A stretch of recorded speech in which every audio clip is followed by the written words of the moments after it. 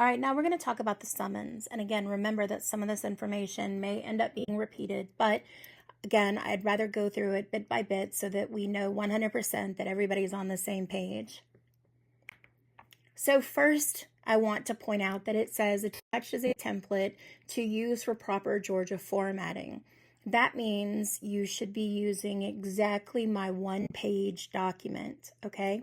And then just changing information out here and there.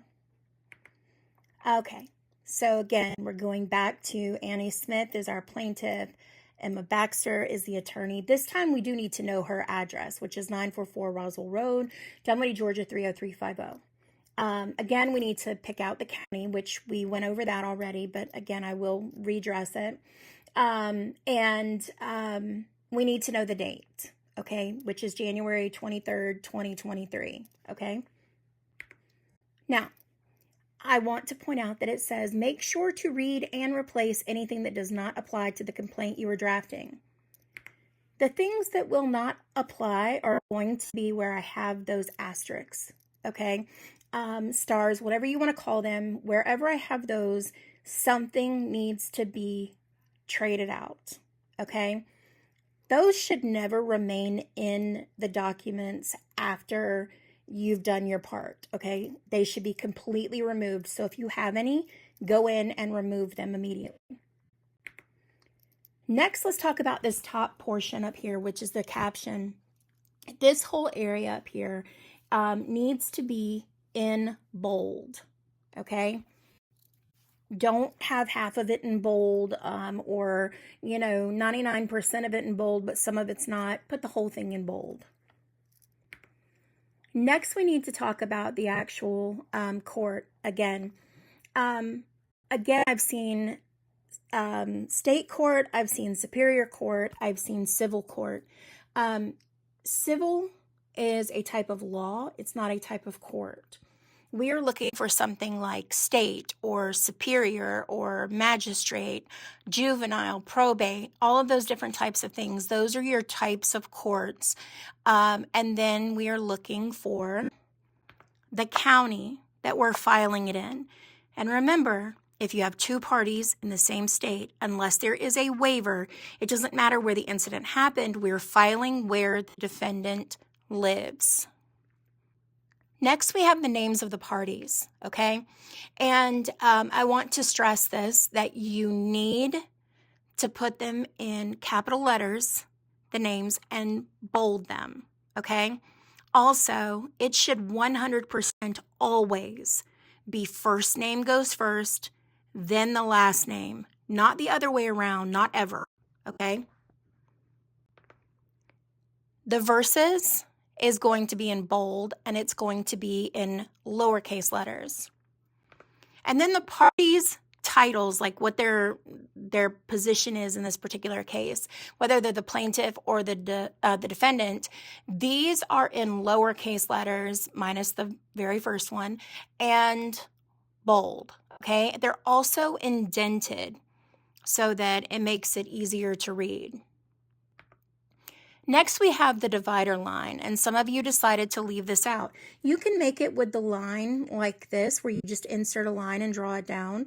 You can use the asterisk. You can use parentheses going down. You can use the line that's on the same button as I think it's the forward slash.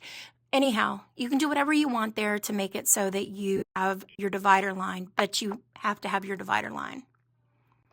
And then we have our civil action file number, okay? Now, this specifically says that since this is an initial filing, there would be no civil action file number. Leave it blank. So if you put something there, remove it.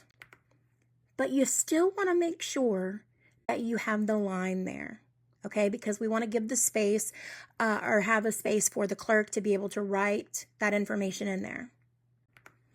Then we have our title, and our title is going to be in capital letters, bolded, and underlined. And centered, by the way. It's going to be centered in the page.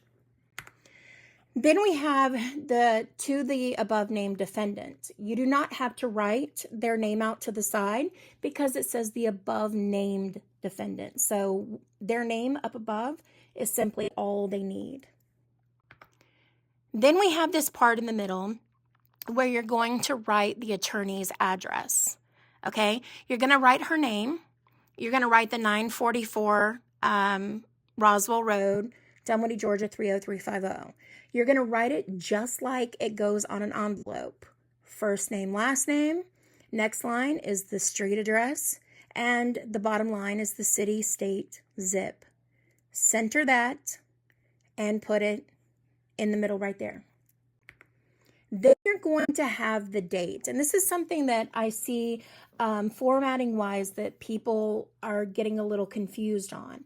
So if we have a date where we're writing out October 1st, 2025, we would write October 1, 2025, right? But we're not saying that here. We're saying the first day of October 2025. So it would actually be this. It would be 1 ST day of October, 2025. And then a lot of people are leaving the period off or the comma in between October or between, I think it's January in this particular scenario, but between January and the year. Then we have where the clerk of court's name goes. I saw dates put in there. I saw judges' names put in there. I saw students' names put in there. This is for the clerk of court. Then you have to put in the clerk of the, Fulton County Superior Court. It's not Fulton County though. Okay, so don't put that. I'm just giving you an example.